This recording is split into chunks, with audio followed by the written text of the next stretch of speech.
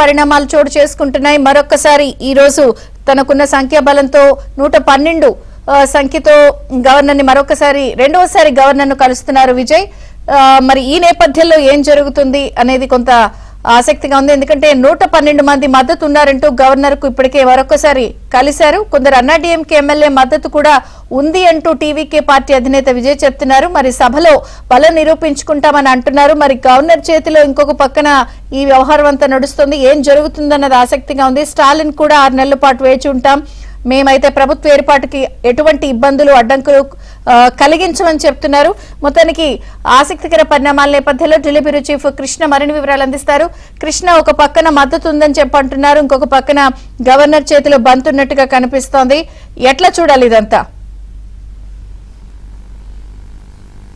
విజయ Chandrika, majority రాకపోవడంతో ఇప్పుడు governor పాత్ర కీలకంగా మారిందని చెప్పొచ్చు. ఏదైనా సింగిల్ లార్జెస్ట్ పార్టీకి మొదట ఆయన అవకాశం ఇవ్వాలి. ఆ తర్వాత వాళ్ళు గనక తన బలాన్ని నిరూపించకపోతే రెండో పార్టీకి అవకాశం ఇవ్వాలి, తర్వాత మూడో పార్టీకి అవకాశం ఇవ్వాల్సి ఉంటుంది.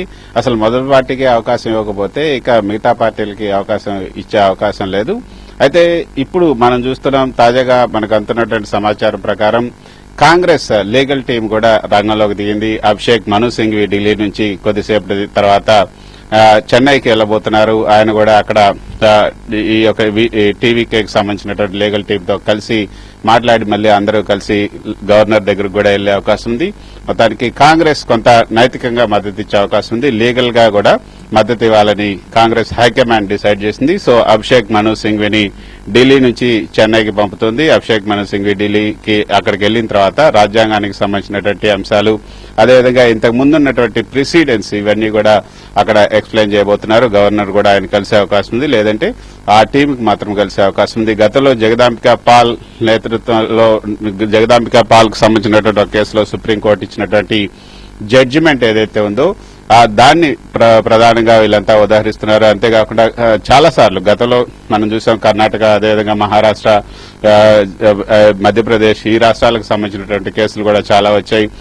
గవర్నర్ అవకాశం ఇవ్వకుండా తర్వాత వీళ్ళందరూ కూడా అసలు అంటే గవర్నర్ ఒకవేళ ఎమ్మెల్యేలంతా కూడా కొంతమంది ఎమ్మెల్యేలు అన్నాడీఎంకే ఎమ్మెల్యేలు కానీ డీఎంకే ఎమ్మెల్యేలు కానీ టీవీకే మద్దతు ఇస్తారని ఒకవేళ అనుమానం ఉంటే ఆ అనుమానం ఎక్కడ నిరూపితం కావాలి? హౌస్ లోనే నిరూపితం కావాలి. తర్వాత హౌస్ లోనే వాళ్ళకి అవకాశం ఇవ్వాల్సినటువంటి హార్స్ ట్రేడింగ్ జరుగుతుందన్న నమ్మకం ఉంది కాబట్టి హార్స్ ట్రేడింగ్ జరుగుతుంది, విజయ్కి అవకాశం ఇస్తే ఆ హార్స్ ట్రేడింగ్ జరగకుండా చేయాలంటే ఇప్పుడు మొత్తం నెంబర్లు తెలిసిన తర్వాత చేయాలని గవర్నర్ భావిస్తే, ఒకవేళ హార్స్ ట్రేడింగ్ జరుగుతుంది విజయ్కి ఇస్తే అంటే మరి మిగతా వాళ్ళకి ఇచ్చినా కూడా అదే జరుగుతుంది.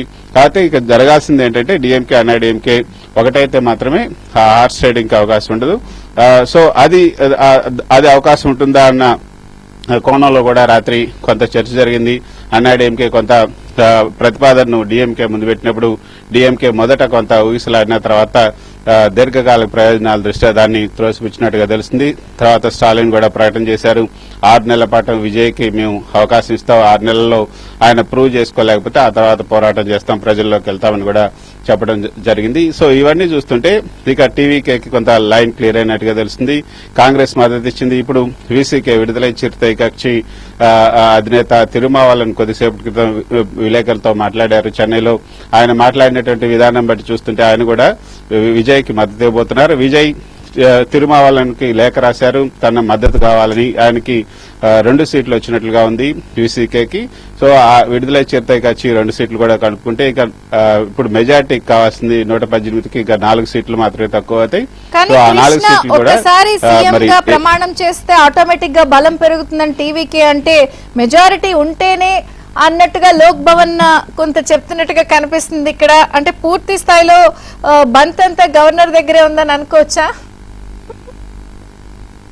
నిజంగా విజయ చంద్రిక, మొత్తంగా ఒకవేళ అట్లా నాకు మొత్తం ఎవరు మద్దతు ఇస్తారు చెప్పండి అని గవర్నర్ అడిగినప్పుడు తన వద్ద ఉన్నటువంటి నెంబర్లను తను ఇస్తారు.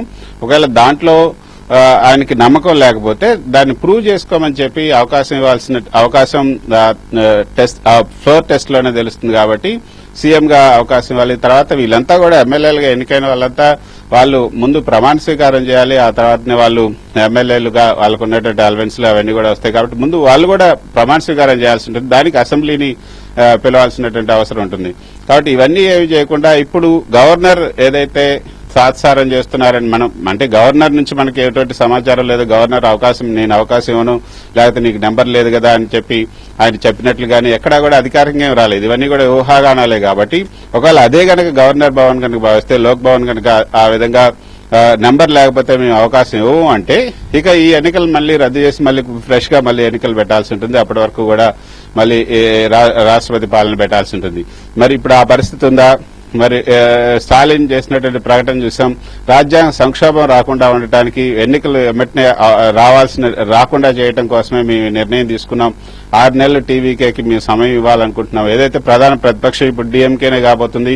సో డీఎంకేనే అవకాశం ఇచ్చినప్పుడు 6 నెలలు మేము సమయం ఇస్తాం, let him form the government అని చెప్పి డీఎంకేనే స్వయంగా స్టాలినే చెప్పినప్పుడు గవర్నర్ కి ఎటువంటి అభ్యంతరం ఉండాల్సినటువంటి అవసరం లేదు. ఒకవేళ అవిశ్వాస తీర్మానం పెట్టాలన్నా ఏం పెట్టాలన్నా కూడా వాళ్లే పెట్టాల్సి ఉంటుంది, సుమారు 50 మంది ఎమ్మెల్యేల చేత. సో గవర్నర్ ఇప్పుడు స్టాలిన్ ప్రకటన తర్వాత గవర్నర్ అభిప్రాయం కొంత మారే అవకాశం ఉంటున్నట్టుగా తెలుస్తుంది. సో వీసీకే కూడా ఇప్పుడు మద్దతు ఇచ్చారు. ఏదైతే డీఎంకే కూటమిలో ఉన్నటువంటి వామపక్షాలు లేతే ఐయుఎంఎల్ మద్దతు ఇవ్వడానికి కొంత టెక్నికల్ గా వాళ్ళకి కొంత అవకాశం లేదు. ఎందుకంటే ఐయుఎంఎల్ డీఎంకే ఎన్నికల గుర్తుపైన పోటీ చేసింది ఉదయించే సూర్యుడు. సో వాళ్ళు మద్దతు ఇవ్వడానికి లేదు కాబట్టి వాళ్ళు మద్దతు ఇవ్వట్లేదు. సో వాళ్ళు మద్దతు ఇస్తే కనుక ఎప్పుడో ప్రభుత్వం ఫామ్ అయిపోయి ఉండేది. సో ఐయుఎంఎల్ ఎన్నికల చిహ్నం ఏదైతే డీఎంకే ఎన్నికల చిహ్నం పైన పోటీ చేసింది ఎన్నికల గుర్తుపైనే, దానివల్ల వాళ్ళకి కొంత ప్రాబ్లం వచ్చింది. కానీ వీసీకే ఇప్పుడు మద్దతు ఇచ్చిన నేపథ్యంలో మిగతా పార్టీలు కూడా కొంత ఆలోచించే అవకాశం ఉంది. ఏమైనప్పటికీ కూడా మెజార్టీ కొంత 4-5 మాత్రమే కావాల్సింది. ఈ నేపథ్యంలో గవర్నర్ తన నిర్ణయాన్ని మార్చుకునే అవకాశం ఉంటుంది. ఎందుకంటే ఇప్పుడు కొంత విజయ్ ఎంత ఆలస్యం చేస్తే, విజయ్ని ప్రభుత్వం ఏర్పాటు చేయకుండా ఎంత జాప్యం చేస్తే అంత సింపతి విజయ్కి పెరిగే అవకాశం ఉంటుంది. ప్రజల్లో కూడా కొంత విరక్తి వచ్చే అవకాశం ఉంది, వ్యతిరేకత కూడా వచ్చే అవకాశం ఉంటుంది. సో బహుశా దీన్ని గ్రహించే స్టాలిన్ తన ప్రకటన చేసినట్టుగా మనకు అర్థమవుతోంది. విజయచంద్రిక. Thank you Krishna.